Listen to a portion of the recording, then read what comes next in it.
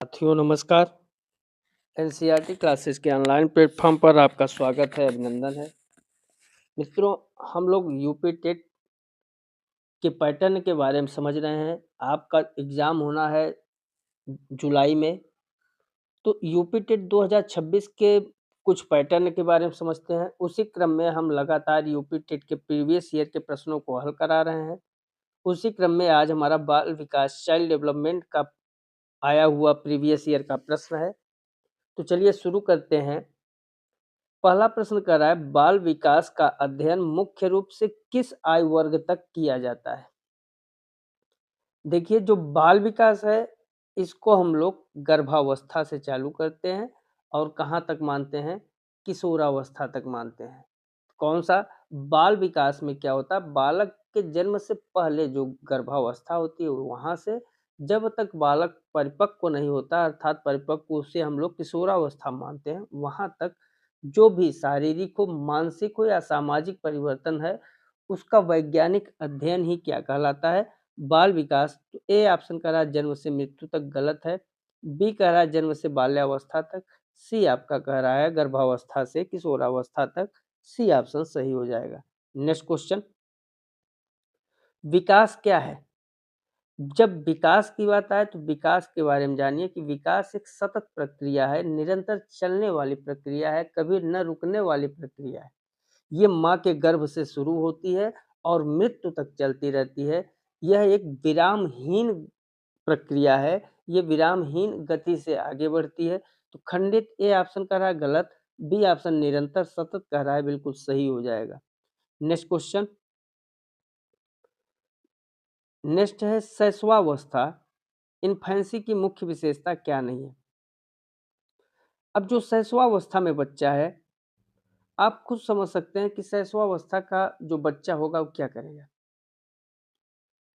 सीखने की प्रक्रिया में तीव्रता तो सही है, जिज्ञासु प्रवृत्ति का होगा, बी ऑप्शन करा, ये भी सही है। हमको नहीं बताना है, अनुकरण द्वारा सीखना, ये भी सही है। जो शैशवावस्था का बच्चा है वो चिंतन प्रक्रिया नहीं कर सकता है, क्योंकि 5 से 6 वर्ष तक के बालक में आप लॉजिकल थिंकिंग कहाँ से देखेंगे? लॉजिकल थिंकिंग का अभाव होता है। वह अनुकरण, जिज्ञासा या के द्वारा जो है बच्चे क्या करते हैं? सीखते हैं, न कि किसी चिंतन प्रक्रिया से। तो कौन सा डी ऑप्शन आपका सही है। नेक्स्ट क्वेश्चन, किस अवस्था को टोली की अवस्था, गैंग एज कहा जाता है? यूपी टेट में इसी तरीके से क्वेश्चन पूछता है और ये प्रीवियस ईयर ही है। देखिए, शैशवावस्था बिल्कुल गलत हो जाएगा। बाल्यावस्था को हम लोग क्या कहते हैं? टोली की अवस्था। इसमें क्या होता है, जब बाल्यावस्था दो कंडीशन में होती है ना, एक पूर्व बाल्यावस्था, एक उत्तर बाल्यावस्था। पूर्व 3 से 6 और 6 से 12 उत्तर। अब इसमें क्या है कि जो उत्तर बाल्यावस्था होती है या मैं कहूँ बाल्यावस्था होती है, उस बाल्यावस्था में क्या होते हैं, बालक जो है अपने हम उम्र के जो मित्र यार होते हैं उनसे क्या करते हैं?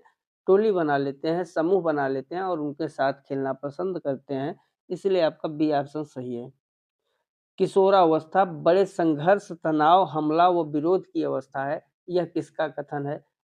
1 से 2 क्वेश्चन जरूर आने होते हैं, किसका कथन है इससे। तो किशोरावस्था बड़े संघर्ष, तनाव, हमला व विरोध की अवस्था है। यह कथन आपका स्किनर का है नहीं, स्टेनले हॉल का है। किसका है? स्टेनले हॉल का। इन्हें मनोविज्ञान का जनक कहा जाता है। कौन से? किशोरावस्था मनोविज्ञान के जनक के रूप में हम लोग जानते हैं किसको? स्टेनले हॉल को।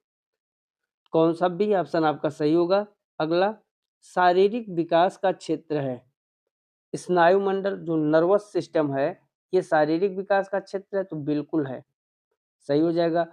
शारीरिक विकास के क्षेत्र में मांसपेशियों की वृद्धि भी आती है, सही हो जाएगा।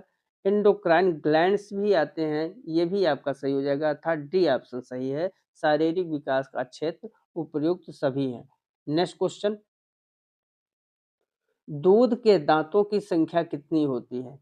जो दूध के दांत होते हैं वो जन्म के बाद निकलने वाले जो शुरुआती दांत होते हैं उन्हीं को क्या कहा जाता है? दूध के दांत।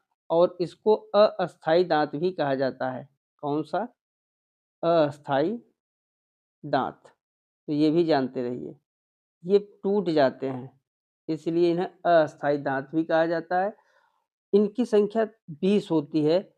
बी ऑप्शन भी गलत, ए ऑप्शन 10 कह रहा है गलत, बी 15 कह रहा है गलत, सी ऑप्शन सही है, चूंकि इनकी जो संख्या होती है वो 20 होती है। नेक्स्ट क्वेश्चन, बालक का मानसिक विकास सबसे तीव्र गति से किस अवस्था में होता है? अब देखिए, जो बालक का मानसिक विकास है, पहला ऑप्शन दे रखा है शैशवावस्था। मानसिक विकास की बात कर रहा है, तो जो बालक का मानसिक विकास है वो सबसे ज्यादा जो है शैशवावस्था 3 से 5 वर्ष की जो आयु होती है उसी में पूरा हो जाता है। तो कौन सा, ए ऑप्शन ही आपका सही हो जाएगा। नेक्स्ट क्वेश्चन, बुद्धि लब्ध निकालने का सही सूत्र क्या है? आईक्यू निकालने का सूत्र पूछ रहा है। आईक्यू का जो सूत्र होता है MA/CA इंटू 100। आईक्यू बराबर क्या होता है? MA/CA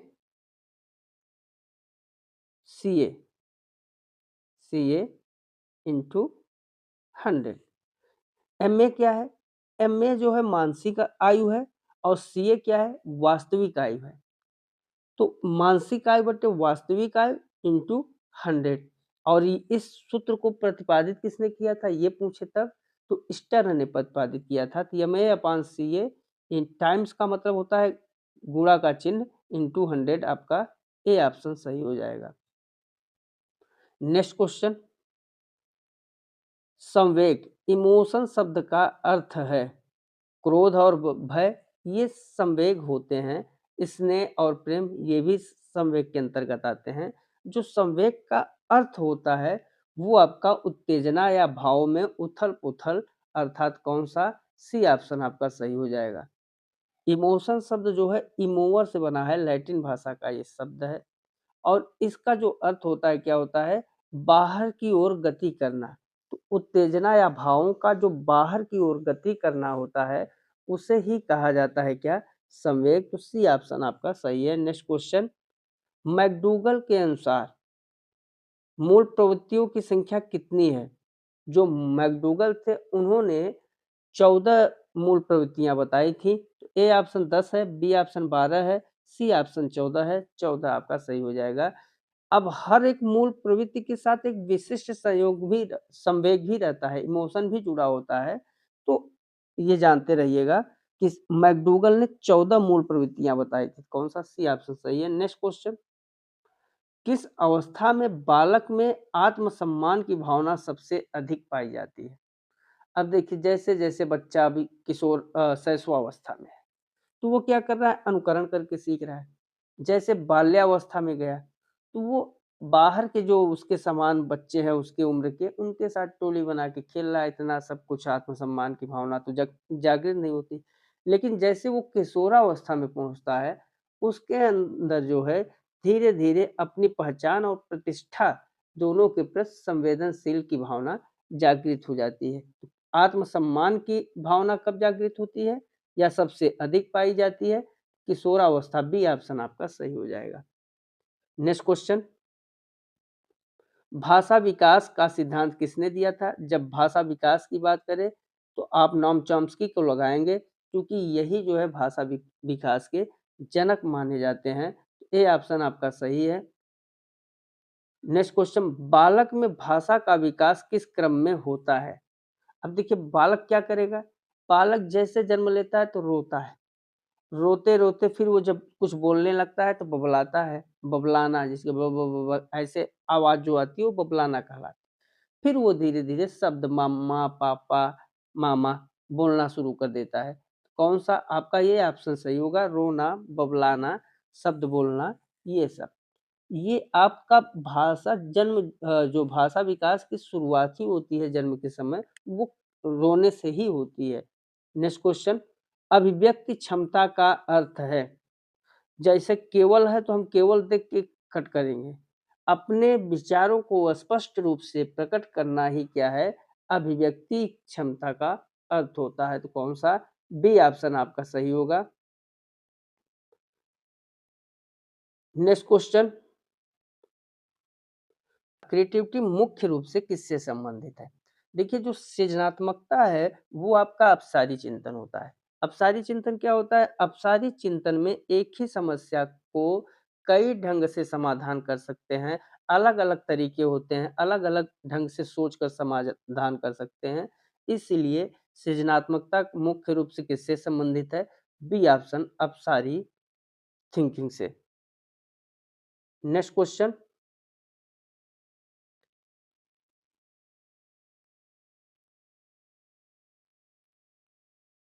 सृजनात्मक बालक का लक्षण क्या है?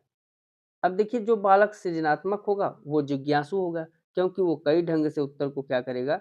खोज सकता है। तो कौन सा आपका सृजनात्मक बालक का लक्षण कम बुद्धि का होगा नहीं, जिज्ञासा होगी उसके अंतर्गत, क्योंकि सृजनात्मकता होगा, क्रिएटिविटी होगी तो कई ढंग से उत्तर को सोचेगा। तो बी ऑप्शन आपका सही हो जाएगा।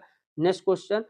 ब्रेनस्टॉर्मिंग जो मस्तिष्क उद्वेलन है, विधि का प्रयोग किसके विकास के लिए किया जाता है? ऑप्शन दे रखा है स्मृति ए ऑप्शन, बी ऑप्शन कह रहा है समझ।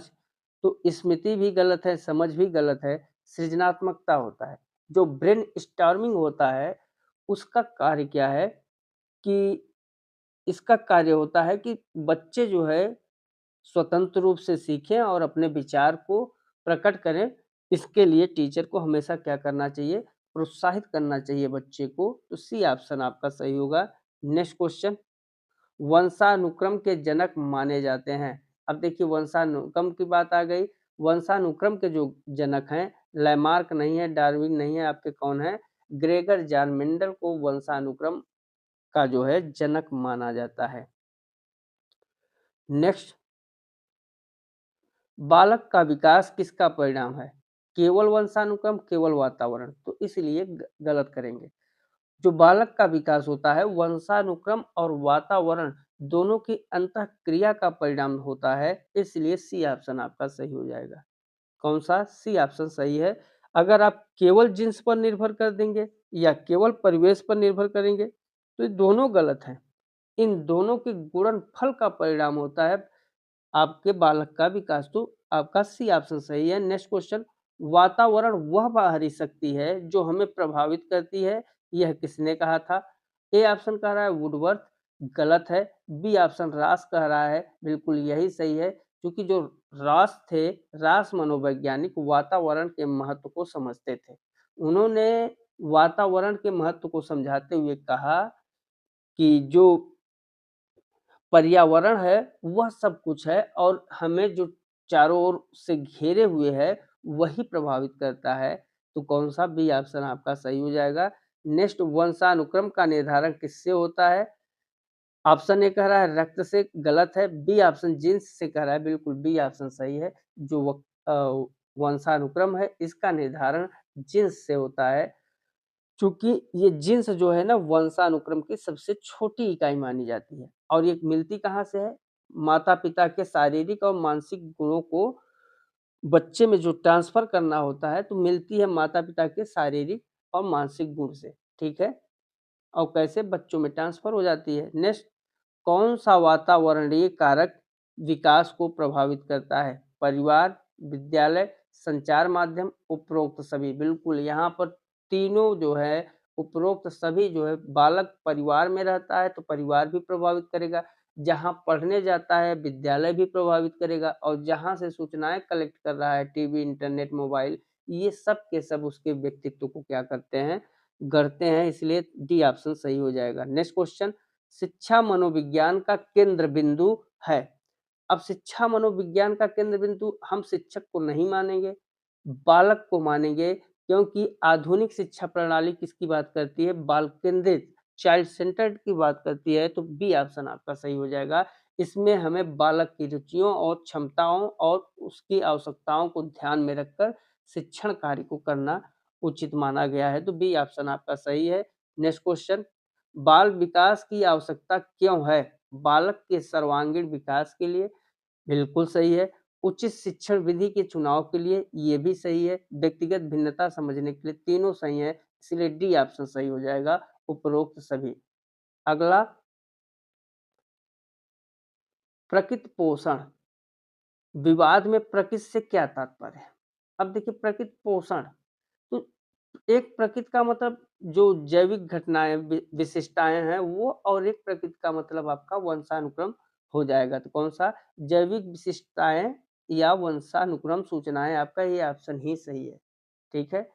ये जो प्रकृति है, ये हमारे जीवन में जो जैविक गुण हैं, उनमें जन्मजात से मिली होती हैं, और ये जो आपका दूसरा नेचर है, ये पोषण। इसका वातावरण में हम लोग जिस वातावरण में पलते-बढ़ते हैं, उसी को हम लोग पोषण कहते हैं। तो प्रकृति और पोषण। नेक्स्ट क्वेश्चन, किस आयु में बालक का शब्द भंडार लगभग 50,000 हो जाता है? ये लगभग हर एक एग्जाम में एक प्रश्न पूछता है। तो 5 वर्ष नहीं होगा, 9 से 10 वर्ष का जब बच्चा हो जाता है, तो उसका जो है उसका शब्द भंडार लगभग 50,000 का हो जाता है। इन सब को थ्योरी में भी पढ़ाएँगे, लेकिन प्रैक्टिस करते जाइए, क्योंकि प्रश्न ऐसे ही बनते हैं, ये प्रश्न आए हुए हैं। नेक्स्ट क्वेश्चन कर रहा है, बालक एक पुस्तक के समान है, बिल्कुल सही है, जिसका अध्ययन शिक्षक को अद्योपांत करना चाहिए। अद्योपांत कहा है, अद्य उपरांत होना चाहिए था। तो अद्योपरांत करना चाहिए। तो कौन-सा सही है? ये सॉरी, ये किसका कथन है? प्लेटो का। गलत है। अरस्तु भी नहीं है, रूसो का है ये कथन। किसका है? रूसो का है। सी ऑप्शन सही है, क्योंकि रूसो भी एक प्रकृतिवादी विचारक थे, और ये जो है इनका जो मानना था कि शिक्षक को बालक को रटाना नहीं चाहिए। उसकी प्रकृति और मनोविज्ञान की जो भी गहराई है, उसमें आप समझाइए, बच्चा जो है बहुत अच्छे से समझेगा। तो सी ऑप्शन सही है। नेक्स्ट क्वेश्चन, निम्न में से कौन सा विकास का नियम नहीं है? विकास लंबवत न होकर वर्तुलाकार होता है। ये विकास का नियम है, हमसे नहीं पूछा गया है। विकास क्रमिक होता है, ये भी है। विकास की गति सभी में समान होती है, ये गलत है, और यही ऑप्शन आपका सही हो जाएगा। जो विकास की गति है वो सभी में समान नहीं होती है। विकास वैयक्तिक भिन्नता जो होता है उस पर निर्भर करती है। हर एक व्यक्ति का वैयक्तिक भिन्नता भिन्न-भिन्न होता है। इसलिए आपका विकास की गति सभी में समान नहीं हो सकती है। इसलिए सी ऑप्शन आपका सही है। नेक्स्ट, बालक की प्रथम पाठशाला क्या है? सब लोग जानते हैं, बालक की प्रथम पाठशाला परिवार को कहा जाता है। कौन-सा? सी ऑप्शन सही हो जाएगा। तो साथियों, ये कुछ चाइल्ड डेवलपमेंट से रिलेटेड प्रश्न थे, परीक्षा में आए हुए हैं। पैटर्न को समझिए टीईटी का, इसी ढंग से डायरेक्ट फैक्ट पूछता है।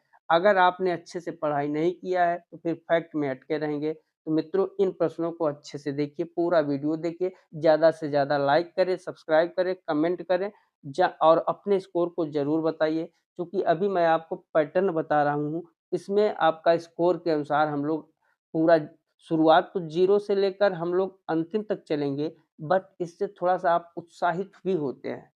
आपके अंदर एक तरीके से मोटिवेट होते हैं, आपके अंदर ऊर्जा भरती है। तो इसलिए स्कोर को ज़रूर देखिए कि हम कितना सही कर पा रहे हैं।